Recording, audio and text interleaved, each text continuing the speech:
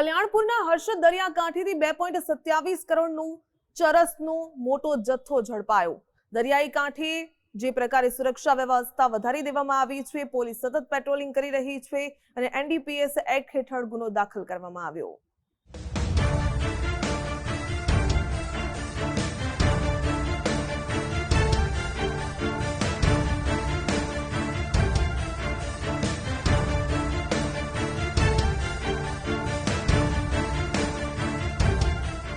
ગુજરાતના 1600 કિલોમીટર લાંબા દરિયાકાંઠા પર હિન્દુસ્તાનના દુશ્મનોની ખાસ નજર રહે છે।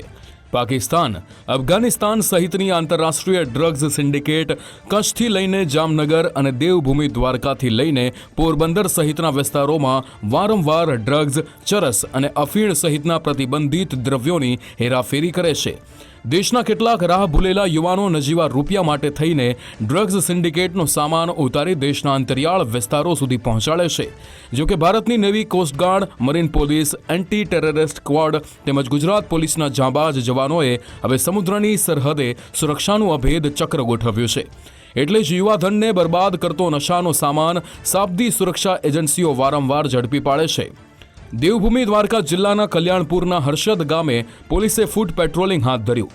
કલ્યાણપુર પોલીસ અને એસઓજીના જવાનો ડોગ સ્ક્વોડ સાથે તપાસમાં હતા ત્યારે શિકોતર માતાજીના મંદિર પાસેથી નશીલા પદાર્થ મળ્યા। આ પદાર્થની તીવ્ર વાસને જોતા એફએસએલ અધિકારીને સ્થળ પર બોલાવીને તપાસ કરતા ચરસ હોવાનું સાબિત થયું। આ ચરસના પેકેટનું કુલ વજન 4 કિલો અને 548 ગ્રામ થયું। આ ચરસના જથ્થાની આંતરરાષ્ટ્રીય બજારમાં કિંમત 2 કરોડ 27 લાખ રૂપિયાથી વધારે થાય છે। આ નશીલા પદાર્થ મામલે કલ્યાણપુર પોલીસ સ્ટેશનમાં એનડીપીએસ હેઠળ ગુનો દાખલ કરવામાં આવ્યો છે।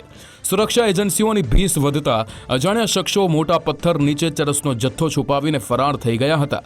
આ નશાની હેરાફેરીમાં સંકળાયેલા તત્વોને ઝડપવા પોલીસે વધુ તપાસ હાથ ધરી છે।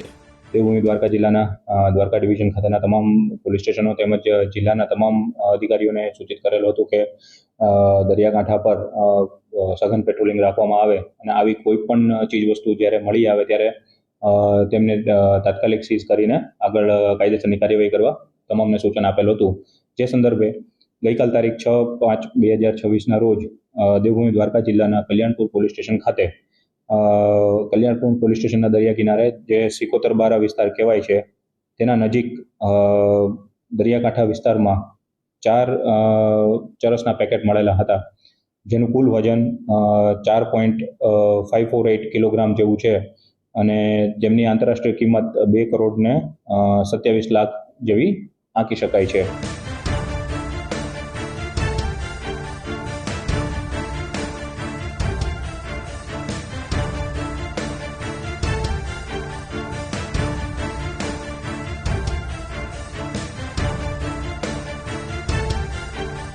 પ્લાસ્ટિકના પેકેટમાં વીંટાળેલા ચરસના પેકેટો પર અરેબિયન પ્રો અને ચિકોડી ઓરા સહિતનું વિદેશી લખાણ હતું।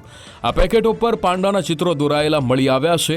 અજાણ્યા નશા તસ્કરોએ પકડાઈ જવાની બીકે અથવા અન્યત્ર હેરાફેરીના ઈરાદે 2 કરોડથી વધુનો ચરસનો જથ્થો અવાવરૂ સ્થળે છુપાવીને નાસી ગયા હતા।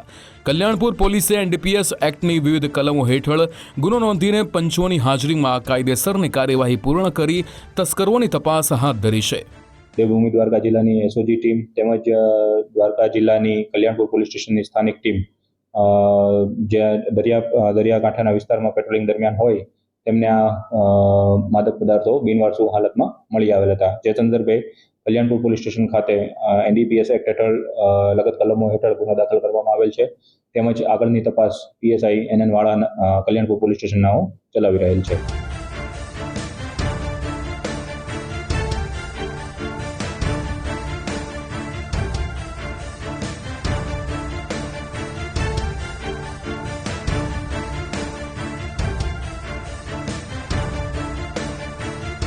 સમુદ્રમાંથી ફેંકાયેલા પેકેટો તરીને હર્ષદના દરિયાકાંઠા સુધી પહોંચ્યાની શક્યતાઓ નહિવત છે, કેમ કે ડોગ સ્ક્વોડની તપાસમાં સામે આવેલા વિડીયોમાં પથ્થર નીચે સંતાડેલા પેકેટ મળી આવ્યા હતા। એટલે અજાણ્યા તસ્કરો ચરસના પેકેટનો જથ્થો રિસીવ કર્યા બાદ પથ્થરો નીચે સંતાડીને નાસી ગયા હશે। આ પૂર્વે કચ્છના ખાડી વિસ્તારમાં પણ બોર્ડર સિક્યુરિટી ફોર્સની 176મી બટાલિયને સરહદે 10 ચરસના પેકેટ જપ્ત કર્યા હતા। પાકિસ્તાન સાથે નજીકની સરહદ ધરાવતા દરિયાકાંઠે નશાની વધેલી હેરાફેરીને સુરક્ષા એજન્સીઓ ગંભીરતાથી તપાસ કરી રહી છે। અનિલ લાલ, ગુજરાત ફર્સ્ટ, દ્વારકા.